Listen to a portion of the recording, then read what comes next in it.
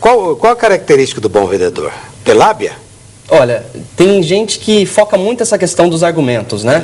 Eu acho bastante interessante a gente definir a diferença de persuadir, convencer e influenciar.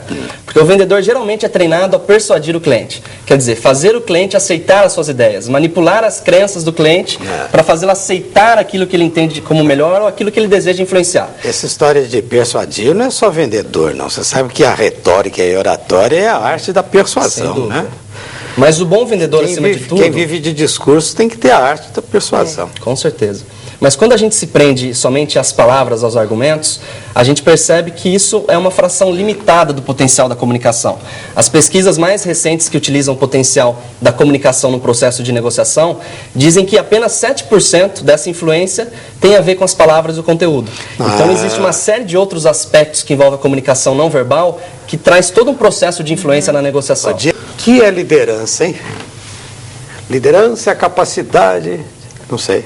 Você sabe que existe uma série de definições sobre liderança. E tem uma delas que talvez seja uma das mais singelas e abrangentes ao mesmo tempo, que é do Jack Welch, que é um dos grandes executivos a nível mundial. E ele diz o seguinte, que líder é aquele que sabe influenciar as pessoas para realizar os desejos e o sucesso de cada um. Isso é tão interessante porque ele é muito abrangente ao mesmo tempo que é uma definição simples.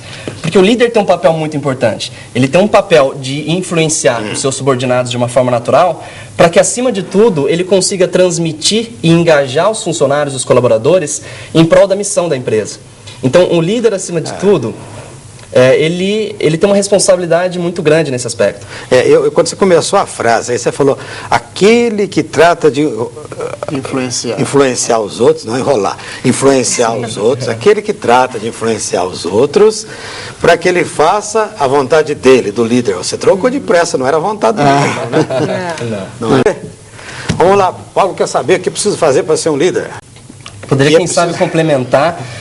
Eu acredito que a pessoa que pretende desenvolver algum potencial de liderança, porque todos temos esse potencial, ela pode se engajar desde, por exemplo, se envolver em atividades escolares, se envolver em atividades comunitárias. Existe uma série de possibilidades que uma pessoa pode participar, ser participativa na sociedade, de uma forma geral, para que ela vá desenvolvendo esse potencial. Eu acredito que talvez seja um passo importante. Ô Paulo, então fica combinado o seguinte, para você ser líder, você tem primeiro de conhecer a si mesmo, ver as suas habilidades, essa coisa toda, né? Depois, não é uma coisa só, vai ser um conjunto de competências, a palavra bonita dele, né? Um conjunto de situações que vão ajudar você. E, sobretudo, não desanime. Diz que todo mundo tem um líder escondido dentro dele, você deve ter um líder escondido dentro de você. Uma das coisas que eu acho fundamental dentro desse processo é a diferença do líder estimular a comunicação na empresa, estimular o feedback. Porque quando um chefe, por exemplo, toma uma decisão, muitas vezes sem a participação dos seus colaboradores, muitas vezes há uma perca de comprometimento muito grande. Então, quando o líder estimula a comunicação entre todos os níveis da empresa, estimula o feedback, quando ele tem que tomar uma decisão, que muitas vezes é até contrária à grande maioria, eu acredito que pelo próprio poder natural de autoridade e de influência, ele conquistou essa confiança e o grupo vai entender no momento em que ele precisa ser um pouco mais rígido. A gente tem dom, um dom para falar, um dom para isso, um dom para aquilo, é verdade. Eu acho que deve ter algum dom nisso, não é possível. Eu acredito que assim, pela própria experiência que a pessoa tem, desde o momento de criança, adolescência, de repente uma série de atividades que ela venha desenvolver, pode ter manifestado um perfil, de repente, mais acentuado de liderança. Agora, há pessoas, de repente, que quando jovem eram mais retraídos, mais fechados, e que quando crescem desempenham umas outras funções que talvez estimulem, dê uma outra motivação e estimulem ele, de repente, ter um posicionamento como líder.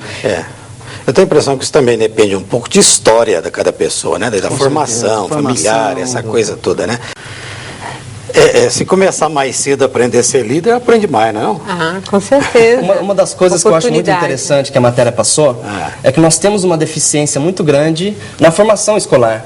Hoje a gente não encontra numa grade escolar o ensino, por exemplo, de liderança, o ensino comportamental, o ensino de empreendedorismo, de educação financeira. Então a gente tem uma lacuna na formação escolar, e aí esses programas vêm de encontro para preencher ou para pelo menos tentar minimizar essa lacuna, porque quer dizer, a gente não forma líderes, né? Então eu acredito que há uma deficiência muito grande na formação básica.